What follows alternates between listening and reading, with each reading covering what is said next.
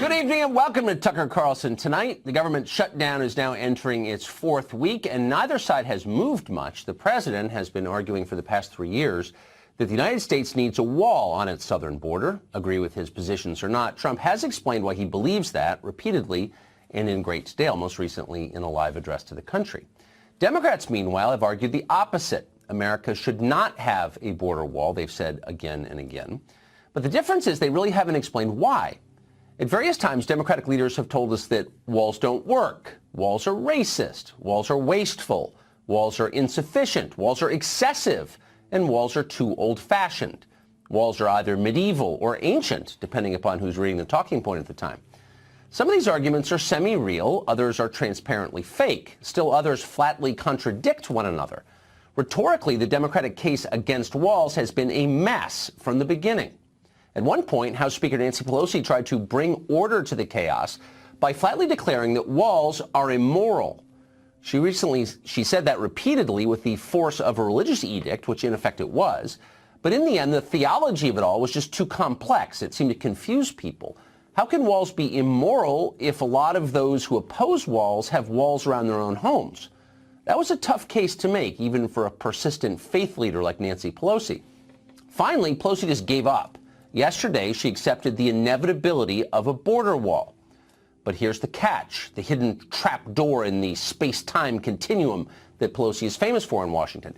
Yes, Democrats now support a border wall, but no, it's not the kind of wall you had in mind, the kind of wall you can touch or the kind of wall that might keep unwanted people out of your country.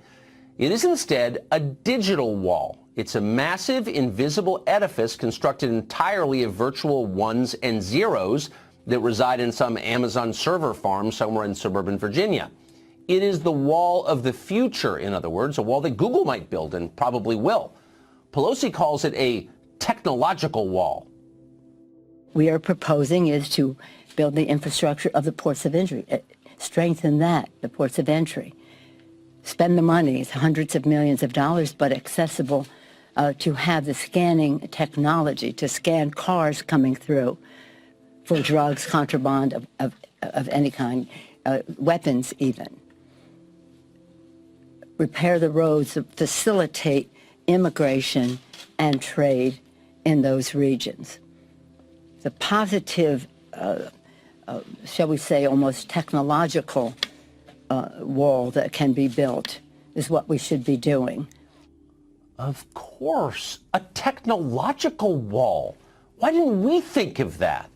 But wait, you say, aren't all walls technological walls? The only difference, of course, is in the kind of technology they employ. Well, yes.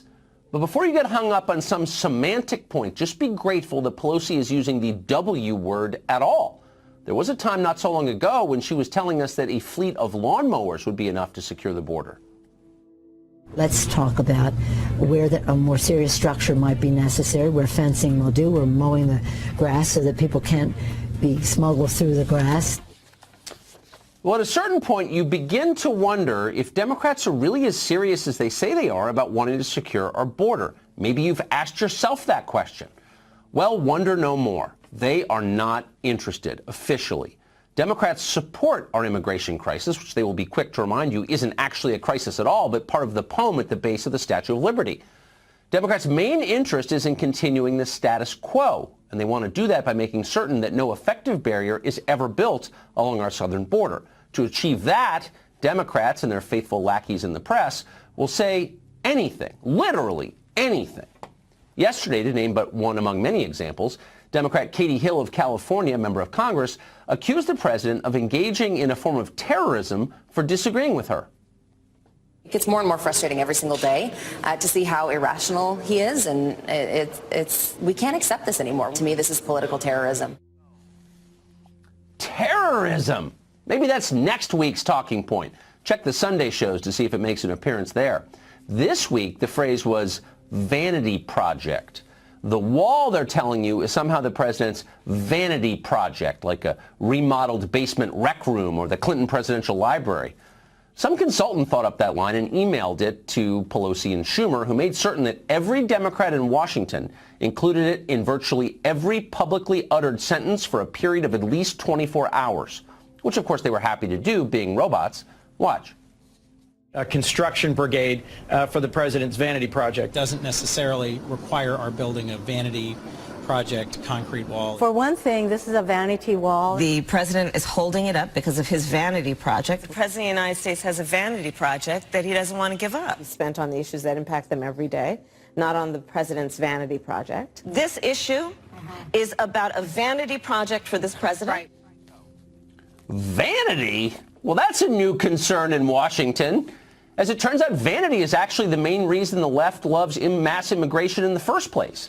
They let millions of poor people into your country at your expense, but they get to feel like heroes for doing it. It's really the equivalent of forcing a stranger to dump his wallet into the collection plate at gunpoint and then taking the tax deduction for it. It's a pretty great deal if you're the one holding the gun. In fact, you might call it the ultimate vanity project. Victor Villa is a retired special ICE agent, and he joins us tonight. Mr. Villa, thank you very much for coming on. Thank you, Tucker, for having me on. So what do you make of this? The technological wall, the vanity project. You've spent your life policing our borders. Do we need a physical wall, an actual wall? Well, Tucker, I have to say this is personal. I've worked in Mexico. I've worked on the border. I'm born and raised there. I was attacked, and Jaime Zapata lost his life, Agent Zapata, right next to me while we were on assignment in Mexico. So I know that this is real and the crisis is real. And the border wall is very much needed. This is the physical barrier that's going to help our border agents down there, help them just like the other technology would help them. The drones, the sensors, all the other technology that comes along the border wall is just another tool that's going to help them do that, and it's much needed so they could then focus on those areas where that traffic is going to be infiltrated through. So in the shooting that you referred to, you were hit 3 times. You were shot 3 times by a member of a Mexican drug cartel.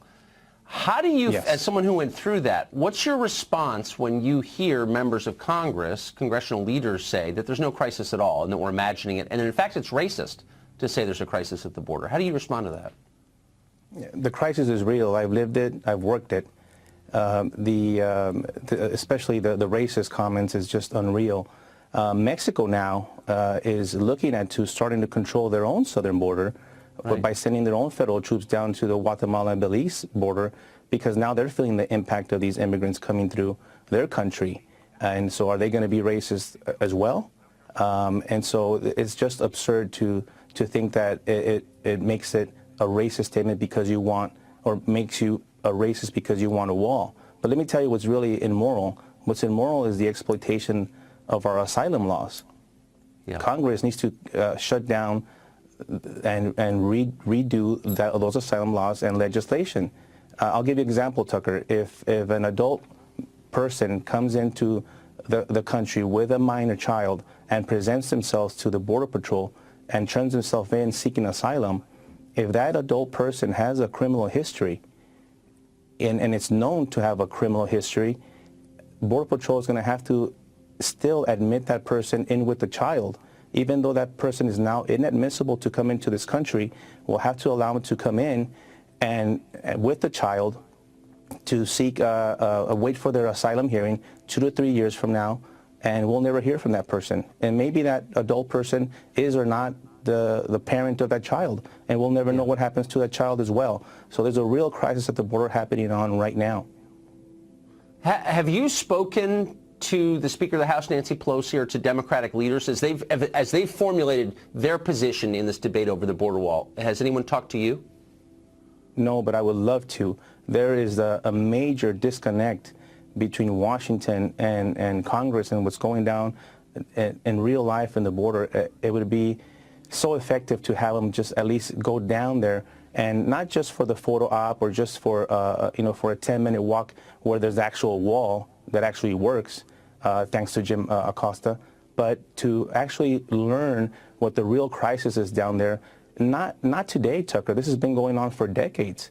It's just now the influx.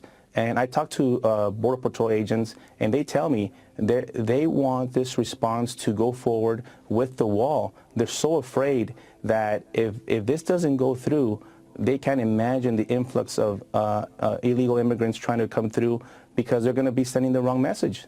Yeah. I can't imagine how you feel. I mean, if I was shot 3 times by a drug cartel and watched my partner murdered, and then someone called me a racist because I wanted a wall, I don't know how you remain so calm, but I'm certainly impressed that you do. Mr. Villa, thank you very much for joining us and for what you had to say.